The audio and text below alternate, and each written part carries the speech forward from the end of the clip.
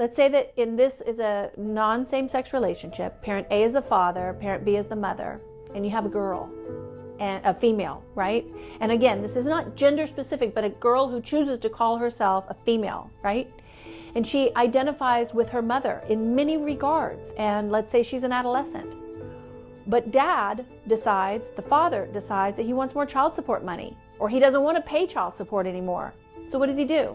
He lures that young woman to live at his house, maybe because he doesn't want to drive her across town to go to high school. Maybe he wants her to be able to walk to the local high school, which is extremely selfish. And that young woman is essentially brainwashed to reject her previously loved mother. And let's say that that mother is not perfect. Maybe she's stressed. Maybe she's having to work for the first time in her adult life because perhaps she was a homemaker and devoted her life toward raising children. But no, she hasn't been perfect.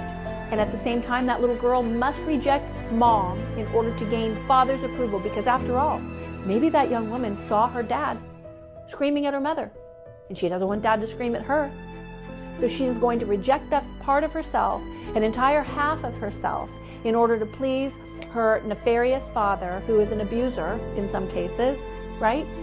And then she never really has the opportunity to resolve that relationship with a previously loved parent. And research shows that unless a child is able to, through the court systems or based on another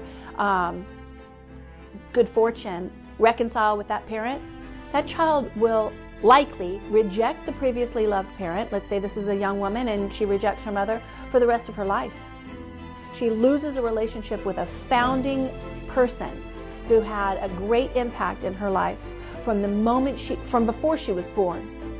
Not only that, but research shows that these people, these children, let's say in the same example, this young woman, will develop eating disorders, suicidal ideation, other self-regulatory problems, problems developing relationships, problems with opposite gender.